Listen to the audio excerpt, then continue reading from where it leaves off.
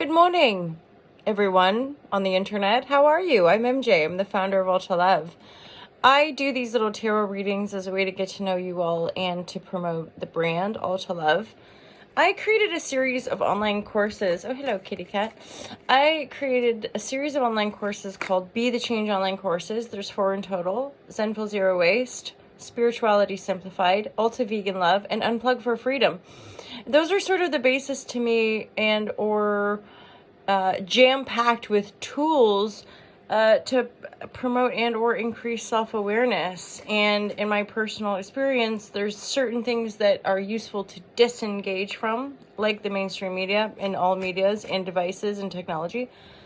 It's good to get a break from that, and to claim back the power of your mind, Jedi Supreme.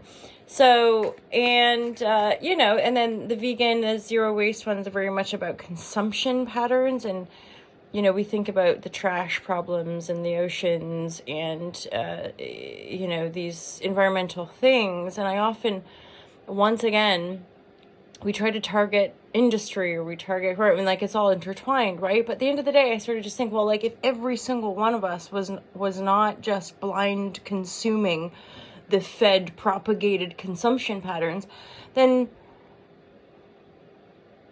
it would change, right? Because in a sense, what we sell to one another is part and parcel of what we think there's a demand for, what we put value to, right? And yet there's a sense of like being mindful of manipulation, vibration, and this whole thing of like learning to honor ourselves, learning to trust ourselves, learning to, cultivate a relationship with self, and I want to say silence as well. So much juice, right? Like in just so expansive. And I'm sure I legit just shared about this like a day or two ago, but teaching meditation is really fascinating. And just recently, someone in a meditation session was like, I don't like it. I hated it. It was awful. And it's like, yes, that's what I like to hear. Because like most of us know, like when you start meditating, there are a whole bunch of stuff just comes up, and you're like, so I just have to sit with this feeling of not wanting to be here or wanting to escape. And that's part of the power of the practice. How do we transform our mental, emotional, reactive patterns is by holding space for ourselves, right? And one another. It's not this, none of this stuff. It's so funny to me how easy it is to just talk about this stuff, and yet the practice is it's like another part of it, right? Anywho, what kind of cards we got here? So this is for the Ultra Love TV Collective, Ultra Love Collective. Thanks for being here, my lovers. More importantly than any of that, thank you for choosing love. Thank you for endeavoring a responsible human life full of ideally love and transformational energy. Fighting compassion, and within the compassion piece, me senses like that forgiveness is all intertwined within it. When we have a true compassionate understanding, forgiveness is a heck of a lot easier, if not easy, but there's often layers probably of traumatic projection that we need to uncover and or witness. And cultivating, getting to a point of self-compassion to have the courage and the strength to, I suppose, just hold space for the body, for the self, to purge, clean, clear out, and finally let stuff go, right? Because it's so easy, again, talking about stuff, it can be so easy to be like, let it go. You need to let it go. And you're like, thanks. Sometimes we need to just talk through things. As many times as we need to talk through things. Sometimes we need to cry as much as we need to cry. And I do think it's part of that mechanistic, quick fix world that's like, just get over it. Get over what? Sorry? Let go of what? Who are you speaking to? What are you speaking to? Because a lot of these expressions, surrender, letting go, forgiveness, is something that's very sacred, like inside. inside your heart. So it's not, so at the end of the day, when it comes down to these practices, it's not like, I forgive you. It's like a purging. It's like legit unhooking some sense of attachment and going, I'm going to release you. I free you through the openness and compassionate, loving grace of forgiveness. So what, my universe? So while I was just blabbing away there, I picked some cards and no, you be quiet. You notifications. So right away, I'm hearing this message of, do I stay or do I go? There's a 2 of Swords in a central position here, and then the 2 of Wands, and then a Queen of Swords going a one way, but the 2 of Wands is looking out the other way at the horizon. So this is looking to me like very clear. I can either go this way or I can go this way. Let's get some more cards and see what we get. Not before taking a sweet sipples of beautiful coffee. Ooh, 10 of Cups. Thanks. I'm not exactly clear where that's coming in. I'm hearing listen to your heart in that Roxanne song. Listen to your heart. As in obviously it's your heart center that's wanting to guide you to this 10 of Cups, but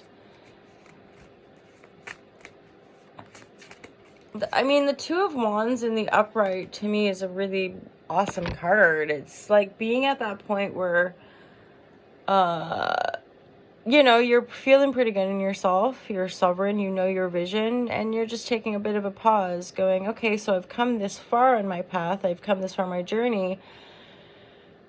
Do I hang around here where I've come to, or do I carry forth? I'm really getting a strong sense of a boat for some of you for some reason. I don't know why, but like this 2 of Wands is legit giving me a feeling of getting on a boat and going traveling, going to uncharted territory within yourself.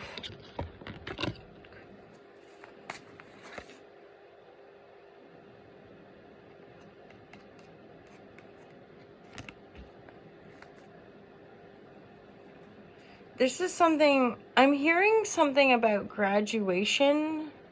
And then the Queen of Swords, there's this Father of Swords up ahead. So for some of you, if you're single and you're looking to meet somebody, it looks like this is, again, one direction takes you one way, another direction takes you another way. It's almost like staying put for a bit, staying where you are. So there's a bit of a time gap, I feel, for you to settle. Let some time pass, let some stuff go, let energy kind of revolve around you, and then there's this Father of Swords coming in.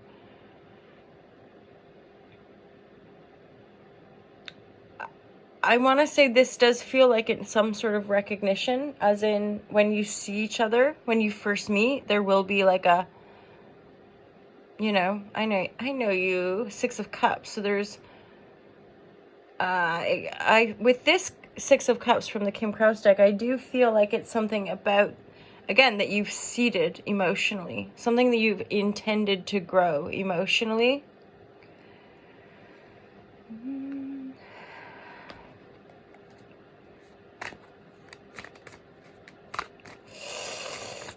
I'm hearing no sudden moves, right? No sudden moves. Yeah, because I'm getting this feeling that for some of you, it might be that you've been in a bit of a pattern of like just maybe booking tickets and travel here and travel there. And the 6 of Sword reverse is sort of making me feel like you can keep doing that, but it's not necessarily bringing about the mental clarity. There's nothing wrong with it, there's plenty of adventure, plenty of opportunity, and more than likely at least a few different options. But something possibly might be feeling a bit withdrawn, or like, wait, so it's like you move to go in that same pattern of booking that next ticket to take that next trip. But you're like, whoa, I don't know. I don't know if I really feel it. And it's because there seems to be this other energy pulling you. For some, it's a Father of Sword. It could actually be a paternal energy. I'll let you out, Abalash. It could actually be a paternal energy here, too.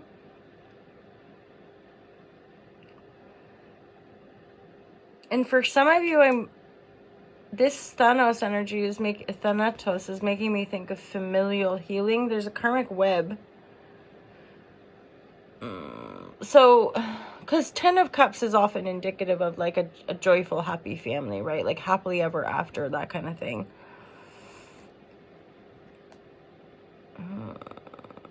Sun is our own source energy, but also it can be representative of solar figures in our lives, usually male figures, powerful people. I get a sense of you moving toward that, either moving towards something familial.